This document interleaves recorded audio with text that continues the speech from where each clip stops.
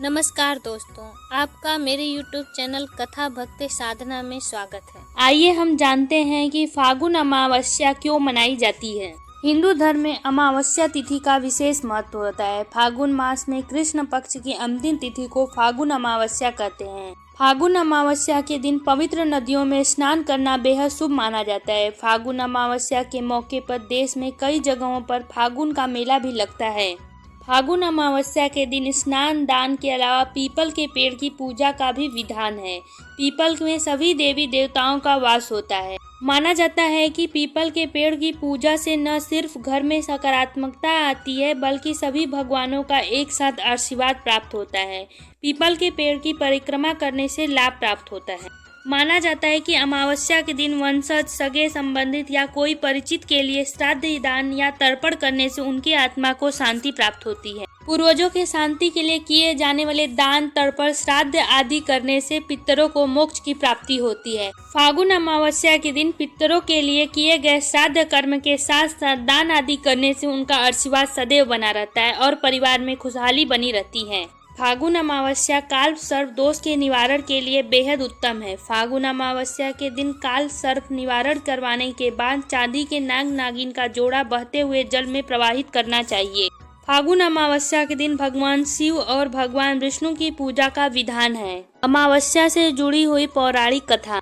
पौराणिक काल में कई महान ऋषि हुआ करते थे। इनमें से एक थे ऋषि दुर्वासा, जिन्हें अपने क्रोध के लिए जाना जाता था। इनके क्रोध से धरती से लेकर देवलोक तक भी भयभीत थे। स्वर्ग लोक की कोई भी अप्सराएं इनके तप को भंग करने से खौफ खाती थी। ऋषि दुर्वासा का जब क्रोध आता था तब वह किसी को भी खतरनाक श्राप दे देते थे। उनके श्राप से इंद्रदेव भी नहीं बच पाए। एक बार इंद्रदेव स्वर्ग लोक के भोग विलास में व्यस्त हो गए।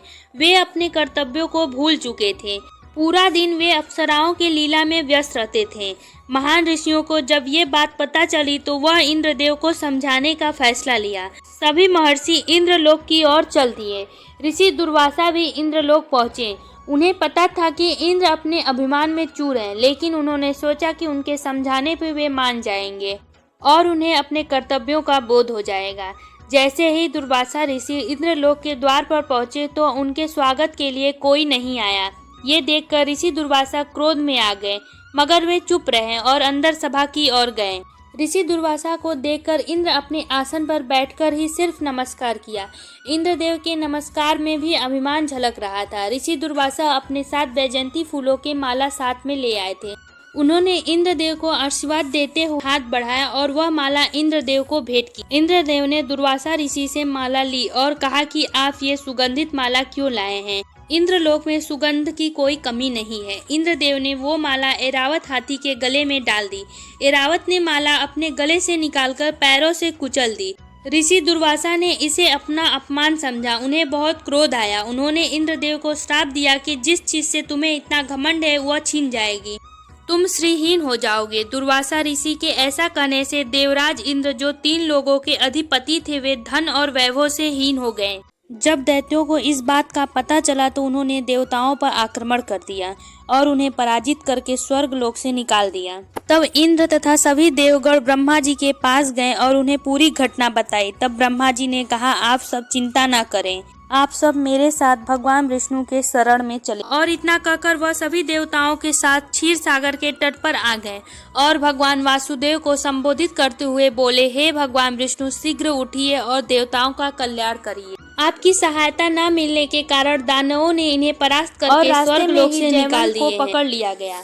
अमृत कलश पर अधिकार पाने के लिए देवताओं और दानवों के बीच 12 दिनों तक युद्ध चला और इस युद्ध के दौरान अमृत कलश से अमृत की कुछ बूंदें प्रयाग, हरिद्वार, उज्जैन तथा नासिक में जा गिरी। ब्रह्मा जी की विनती को सुनकर विष्णु भगवान बोले, देवगण, मैं तुम्हारे तेज की वृद्धि करूंगा। मैं तुम्हें एक उपाय बताऊंगा। आप सभी देवतागण दैत्यों के साथ मिलकर सभी प्रकार के औषधि ले आओ और क्षीर सागर में डाल दो। फिर मंदराचल पर्वत को मथनी बनाकर और वासुकी नाग को रस्सी बनाकर समुद्र मंथन करते हुए उनमें से अमृत निकालो। समुद्र मंथन करने से जो अमृत निकलेगा उसका पान करने से आप सभी बलवान और अमर हो जाओगे। भगवान विष्णु को ऐसा कहने पर सभी देवता दैत्यों के साथ संधि करके अमृत निकालने का प्रयास में जुट गए।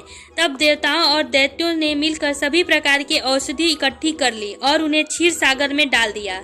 फिर भगवान विष्णु के कहे अनुसार क्षीर सागर का मंथन होने लगा। तब धन्वंतरी जी हाथ में अमृत का कलश लिए हुए प्रकट हुए और अमृत के कलश के निकलते ही देवताओं के इशारे पर इंद्रपुत्र जयवंत अमृत कलश लेकर आकाश में उड़ गए। यह देखकर दैत्यों को बड़ा क्रोध आया। फिर दैत्य गुरु शुक्राचार्य के आदेश पर दैत्यों ने अमृत को वापस पाने के लिए जयवंत अमृत की बूंदें गंगा यमुना के संगम में गिरने से यह संगम पवित्र हो गया। माना जाता है कि फागुन अमावस्या के दिन सभी देवताएं संगम पर निवास करते हैं और इस दिन स्नान करने से सभी व्यक्तियों की मनोकामनाएं पूर्ण होती हैं। अगर आपको ये जानकारी पसंद आई हो तो कृपया मेरे वीडियो को लाइक कर दें और शेयर कर दें, साथ ही मेरे चैनल को सब्सक्राइब कर दें। धन्यवाद।